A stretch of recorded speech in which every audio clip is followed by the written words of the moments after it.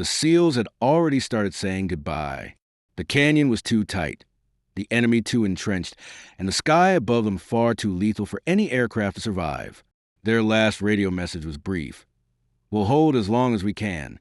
If you're hearing this, tell our families we fought." In the command 10 miles away, no one argued. Pilots refused the route. Drones couldn't even see inside.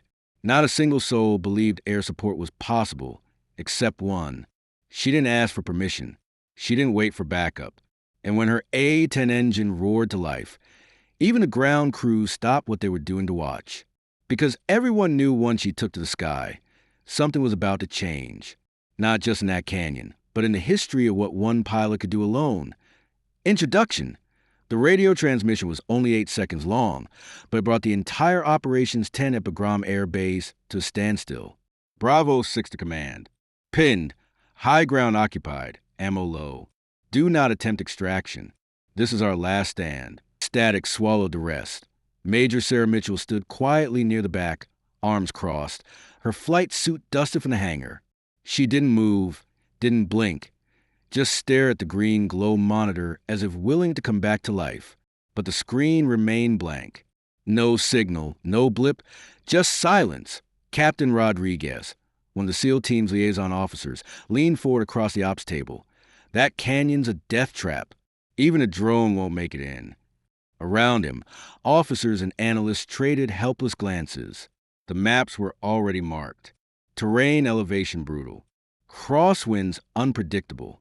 Radar blind in most sectors. The valley was a snaking trench of rock and shadow buried deep inside the Korangal Mountains, nicknamed by locals as the Devil's Mouth. Lieutenant Colonel Harrison stepped forward. "We wait until nightfall. If they're still breathing, we go in with Black Hawks under low moon." Everyone knew that would be too late. The enemy controlled the peaks, armed with RPGs, heat-seeking launchers, and eyes trained on every path in and out. Bravo 6 had stumbled into a perfect ambush. And now, surrounded on all sides, their fate was just a matter of time. Someone whispered aloud. "Even the SEALs are saying goodbye." That was when Sarah stepped forward. "No," she said, loud enough to silence the tent. "We're not waiting." Harrison turned. "Excuse me?" She didn't flinch. "I've flown that canyon before during Operation Iron Shield. I know where the thermals break. I know how to ride the wind between those rock faces." "Major Mitchell," he said slowly, "you're proposing low altitudes as in a dead zone." "Yes, sir." "You'd be flying blind." "Not blind," she said, "just below everyone else." There were a few scoffs in the room. One of the drone techs muttered, "She's not serious." Another whispered, "That place chews up aircraft." But Sarah didn't respond. Her eyes never left the map. "If I go in under the ridge line and hug the southern wall, I can follow the shadows. Use the turbulence to my advantage. Stay fast. Stay low. Don't give them time to blink." Harrison shook his head. "You'd have to fly under 200 feet just to enter. That's below safety threshold. If you clip a wing, I won't. We lose the aircraft." "Understood." "We lose you? I know the risk." He stared at her for a long moment. "Why now?" She pointed to the canyon. "Because they're not gone yet, and if someone doesn't give them cover, that last stand becomes a massacre." A silence fell over the room. Tactical screens flickered. Someone coughed. A pen dropped. Then softly, Captain Rodriguez said, "You really think you can pull this off?" Sarah turned to him. "I don't think, Captain." I know. 20 minutes later, Hangar Bay 3 roared to life. Her aircraft, an A-10C Thunderbolt II, was already prepped. Ground crew scrambled to load armor-piercing rounds, reset hydraulic systems, and double-check flare dispensers. The Warthog, affectionately nicknamed Iron Wolf by its crew, was built for survival, for flying slow, hitting hard, and coming home ugly. But today, Sarah wasn't just flying ugly. She was flying impossible. The young crew chief jogged her side as she zipped her gloves. "Ma'am, wait." She turned. He held out a patch, handmade, black thread on gray canvas, the shape of a storm cloud with lightning bolts slicing downward. It read simply, "Stormcaller." She smiled faintly. Didn't think anyone remembered that. We remember everything, ma'am, especially Kinner Pass. She nodded once and slipped the patch into her sleeve. Then she climbed a ladder into her cockpit. Inside, everything was calm, the kind of calm that comes just before the sky tears itself open. Her hands moved automatically. Flaps, trims, throttle checks. The muscle memory took over, quieting the nerves. Outside, the late afternoon Afghanistan sun long shadows across the tarmac. Her HUD blinked green. All systems functional. The cockpit felt like a second skin. She exhaled once, then radioed. But Grom Control, this is Stormcaller 1 requesting immediate wheels up on Vector 2 to 1. The response came without delay. Stormcaller 1, you are clear for takeoff. Godspeed. She pushed the throttles forward. The twin engines screamed to life. Tires screeched.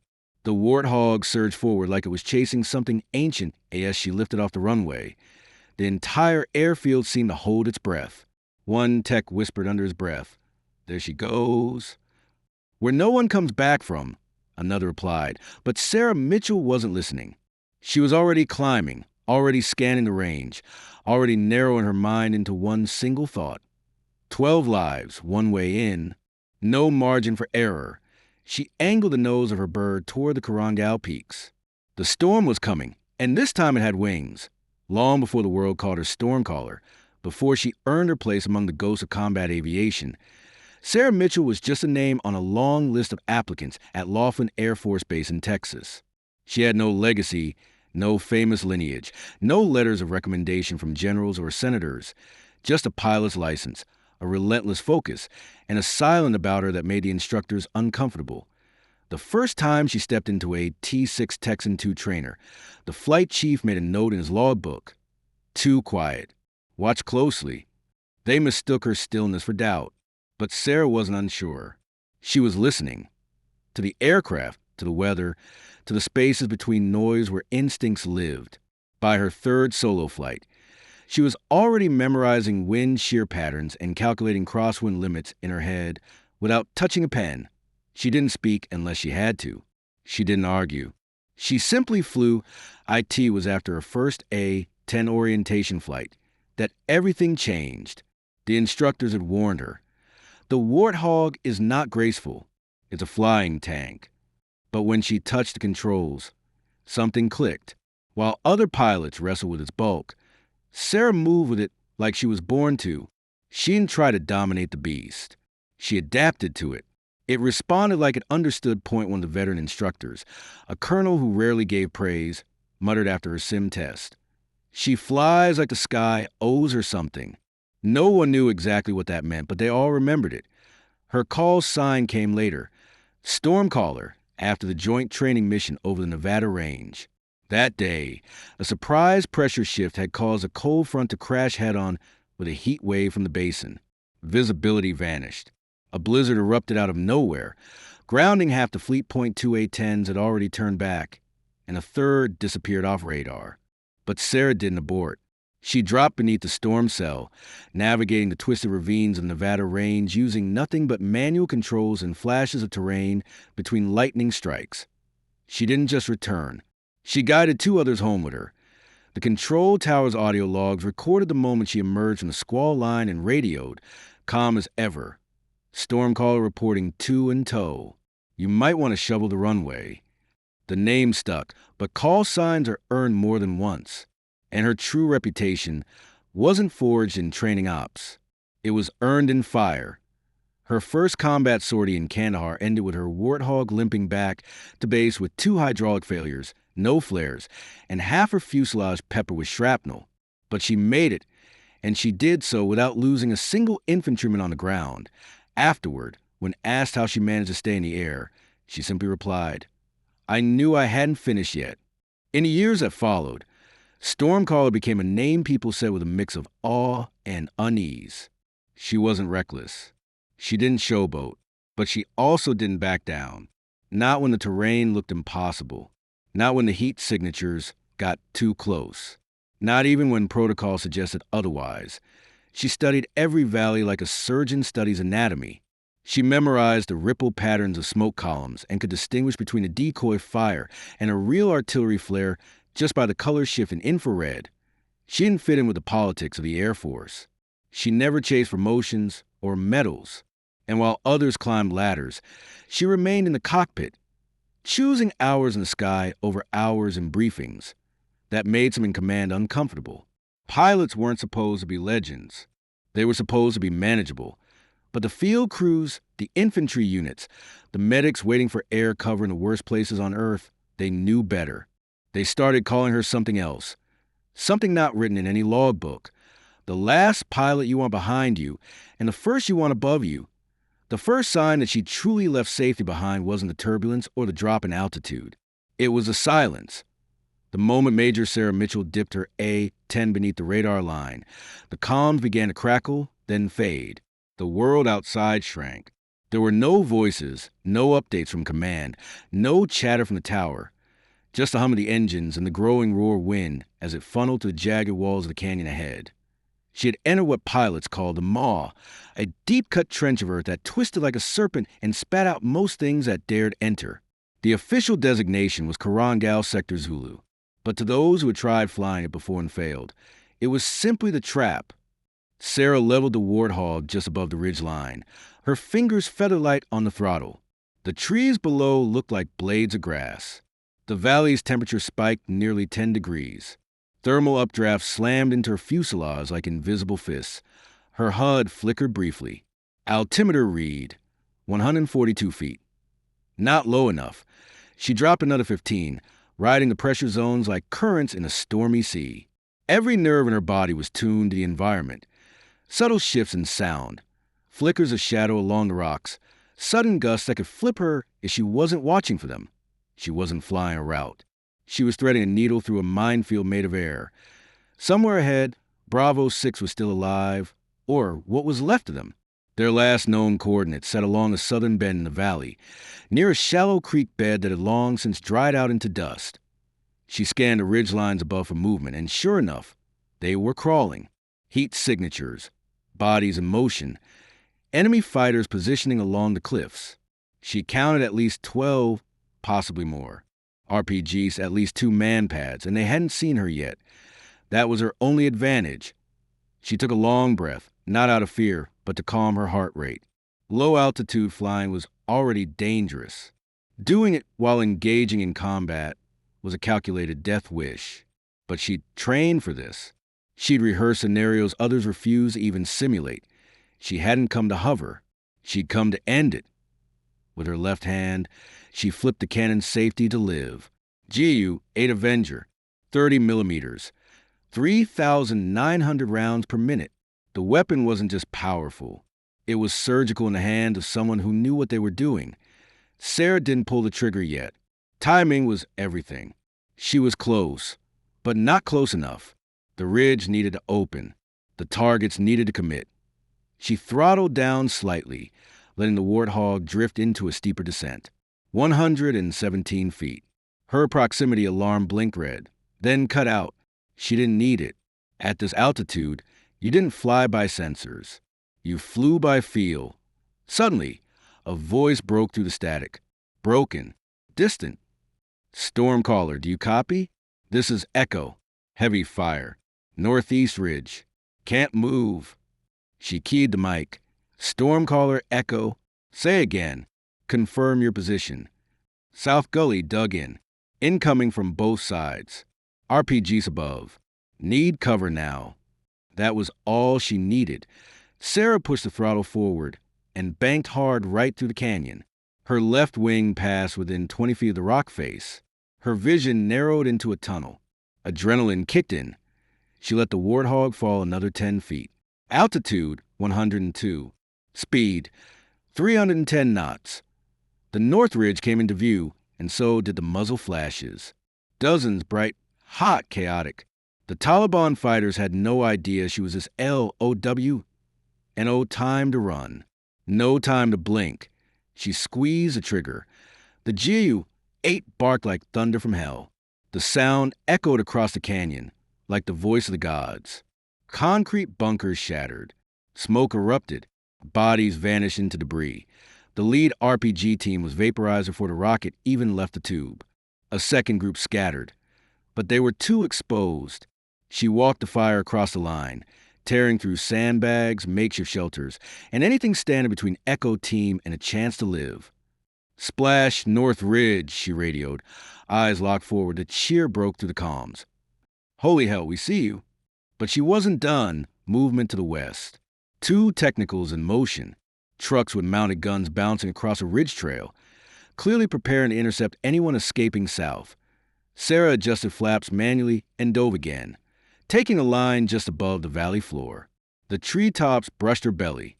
She angled toward the vehicles and fired another burst. The lead truck flipped, exploded. The second swerved into a boulder, rupturing into a fireball. Then silence. The valley was still. She could hear her own breath inside the cockpit, a strange stillness after the chaos. Her fingers hovered above the controls, still anticipating threat, but there was none. Not yet. Then a new voice came to the radio. "Stormcaller, this is command. Radar shows hostile reinforcements approaching from East Ridge. 2 minutes out.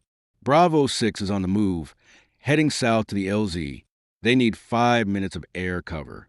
Can you hold?" Sarah looked at her fuel gauge. It was already below recommended combat threshold. Her flares, 60% depleted. The left stabilizer had taken damage from the first pass. Her Warthog was rattling slightly, hydraulics compensating but struggling. Still, she answered without pause. "Affirmative. I'll hold the line." Then, without ceremony, she turned her aircraft eastward toward the new threat, toward the incoming swarm of fighters who thought the skies belonged to them. They were about to learn. When Stormcaller was overhead, the sky belonged to her. The eastern ridgeline emerged like a wall of broken teeth, jagged and chaotic, casting long shadows over the canyon floor as the sun dipped lower. Sarah knew the worst wasn't over. It was just changing shape. Reinforcements were coming fast, and with the element of surprise gone, the next few minutes would test every inch of her aircraft and every decision she had ever made as a pilot. She leveled out at just under 95 feet, the lowest she had flown in a live combat zone, without night cover. The terrain ahead narrowed into a bottleneck. One way in, one way out, no forgiveness. Her proximity sensors had already failed once. Her HUD flickered intermittently, throwing off altimeter readings. She didn't trust any of it now. She flew by feel, by memory, by instinct. Her headset crackled. "Stormcaller, Echo Team reporting. Moving fast, but we're exposed on the south bank. Repeat, enemy moving in from above." She could almost see it without looking.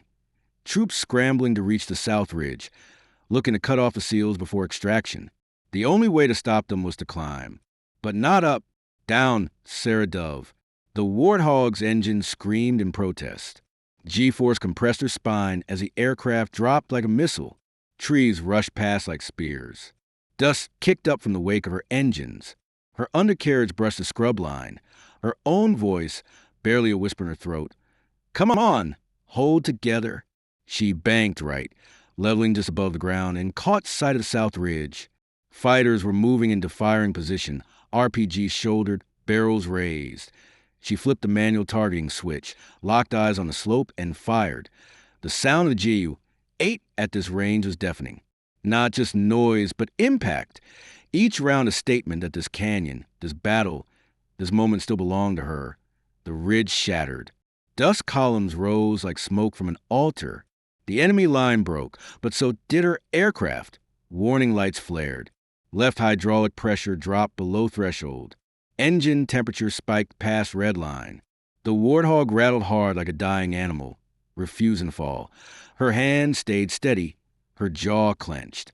She trimmed the control surfaces manually, compensating for the instability. One wrong twitch, and she'd become part of the valley wall. But she didn't let up. Another sharp turn, another fire burst, and the last RPG crew scattered into the rocks. "South Ridge is clear," she called out, her voice tight with effort. "Copy that, Stormcaller. We're almost at the LZ." Sarah exhaled briefly. Then her radar, half functional at best, flashed a new warning. 3 heat signatures moving fast across the eastern slope. One was unmistakable, a Manpad unit, heat-seeking, shoulder-launched. The one weapon she couldn't outfly. Not at this altitude, not with her flare systems drained. She had no options, no time, unless she made herself too close to lock onto. She slammed the throttle forward and nosed down once again. This time, straight at the enemy. The world became a blur of gray and motion. Trees vanished beneath her. Cliff faces rushed past, so close she could see the cracks in the stone. She weaved between them like threading a needle at 400 knots. The insurgents froze. By the time they realized what was coming, it was too late. Her cannon barked again, short, savage bursts. The Manpad launcher flew backward in pieces. The others scattered, one tumbling down the slope in a roll of limbs and dust. She pulled up hard. Too hard. The Warthog groaned, left stabilizer tearing at the seams. Sparks danced from her wing as it clipped a rock ledge. She felt the hit through her bones. The aircraft shuddered. Lights flashed. Fuel pressure dropped. She checked her gauges. Hydraulics failing. Left engine sputtering. Flaps offline. Still she flew. Stormcaller, this is command. Do you require assistance? Negative, she replied. Not done yet. Resolution. Back in the canyon. Bravo 6 broke the final bend toward the landing zone. A narrow patch of flattened stone marked by smoke grenades and dust. The Chinooks were inbound. ETA, 3 minutes. The team needed exactly 180 seconds of clean airspace to reach it alive. Sarah looked at the sky, and then she looked lower, because there was only one way to guarantee they made it. She turned the Warthog back toward the eastern mouth of the canyon, set her course to fly even lower than before, and readied herself for one final pass. She was going to hold the line at the edge of the earth, below the cliff line, below radar, below reason. And if the sky couldn't protect them, then she'd take the ground instead. The dust never settled in that valley. It clung to everything. Faces, rifles, boots, lungs. And as Bravo 6 ran for the landing zone, it choked their every breath. The canyon walls towered above like executioner's blades. There was no sky, only fire and the constant thunder of small arms fire snapping from the rocks above. Corporal Martinez, second in the SEAL team column, glanced up between footfalls. At first, he thought it was just more smoke, more echoes. Then he saw it. A streak. Gray, fast, low. Too low he stopped running. Is that behind him? Someone shouted. Get down! The air split open. The A-10 came roaring overhead at a height no jet had ever dared. Not in a canyon like this.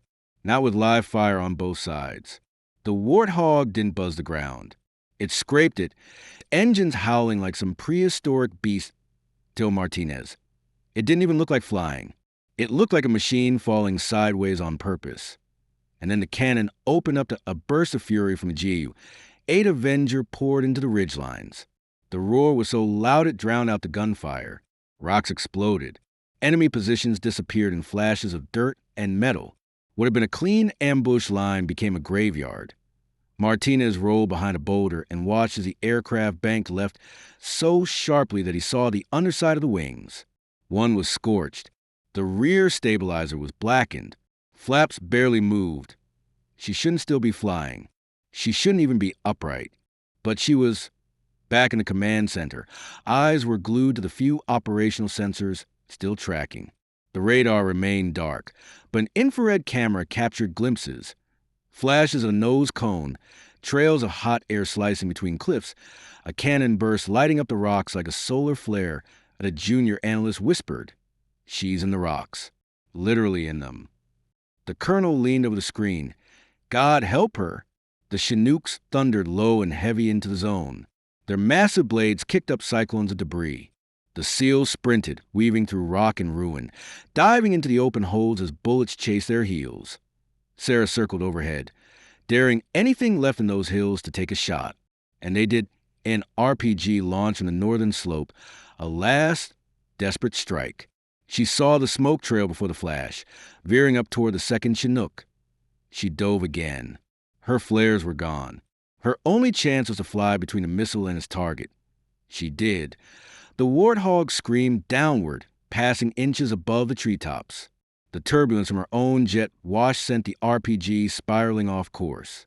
It detonated in the air, harmless, angry, too slow. Stormcaller, you just intercepted an RPG with your plane.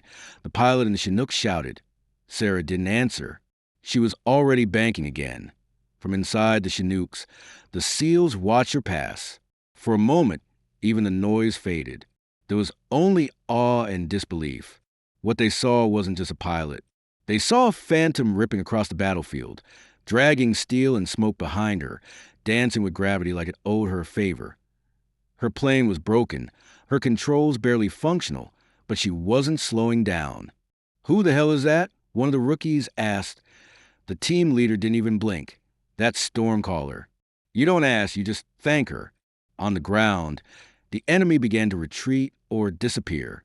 What few fighters remained either ran for cover or lay silent beneath the broken stone. The sky no longer belonged to them. The valley was hers now. Sarah pulled the stick gently, guiding the A-10 into one last wide circle above the extraction. Her body ached. Her eyes stung from the sweat and smoke. The engines coughed again. Her fuel light blinked red. Bravo 6 to Stormcaller. We are secure. Repeat, we are secure. She let out a breath she hadn't realized she was holding. That. Hold tight. I'll walk you out. Because extraction didn't mean freedom.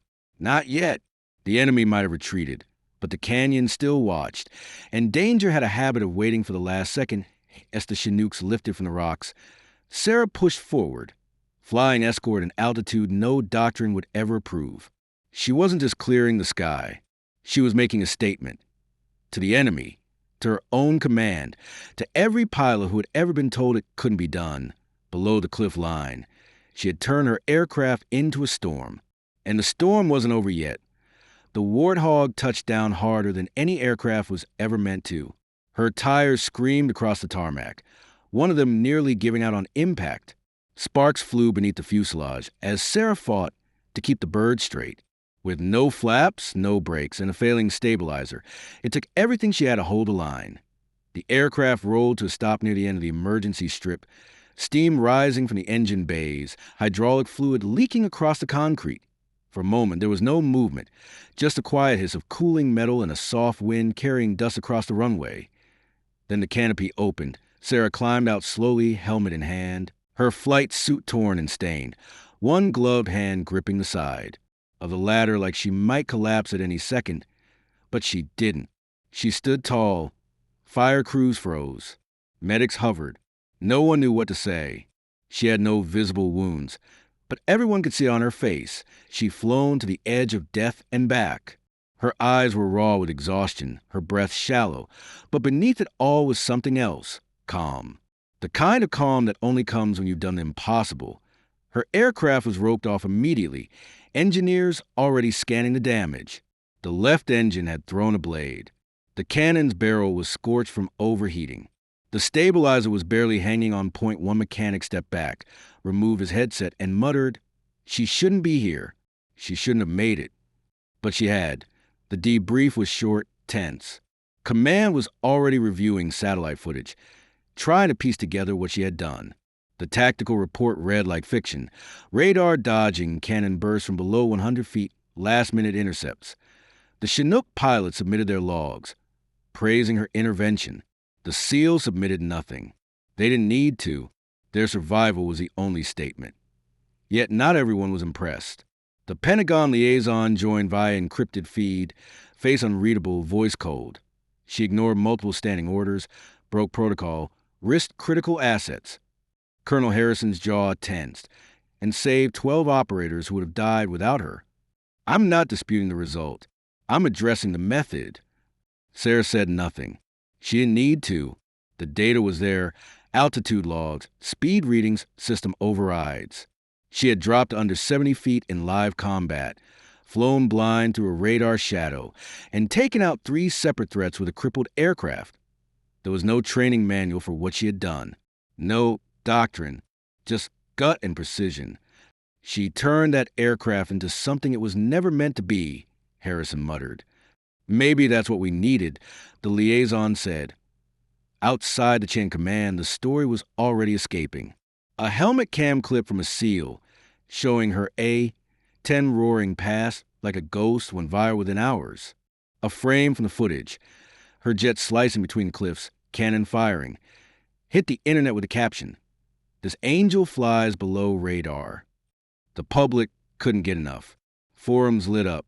News outlets ran features. Pilots whispered in mess halls and flight schools across the country. Cadets began to refer to the impossible maneuver as the storm line. Sarah Mitchell became a name they couldn't bury, no matter how quietly they filed reports.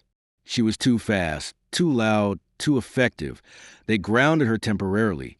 Pending review, pending evaluation, pending silence. But heroes don't stay grounded for long. 3 weeks later, her restriction was lifted unofficially. Her name was added to an internal roster marked Advanced Tactical Instructors. A new program was launching, one that needed a different kind of teacher. She accepted the assignment on one condition: no simulators. Real terrain, real pressure, real flying. They gave her a field unit, a training wing, and eventually a new squadron of pilots, many of whom had grown up hearing about Stormcaller before they even enlisted. She didn't teach them to break rules. She taught them to listen to wind, to fly by feel, to know when altitude wasn't safety but distance, to trust that instinct wasn't recklessness but refinement earned in fire. Years passed. The mission that made her legend became a case study. Quietly, without fanfare, the Air Force revised parts of its doctrine on low-altitude combat navigation. It was never officially called the Stormcaller method, but everyone knew what it meant.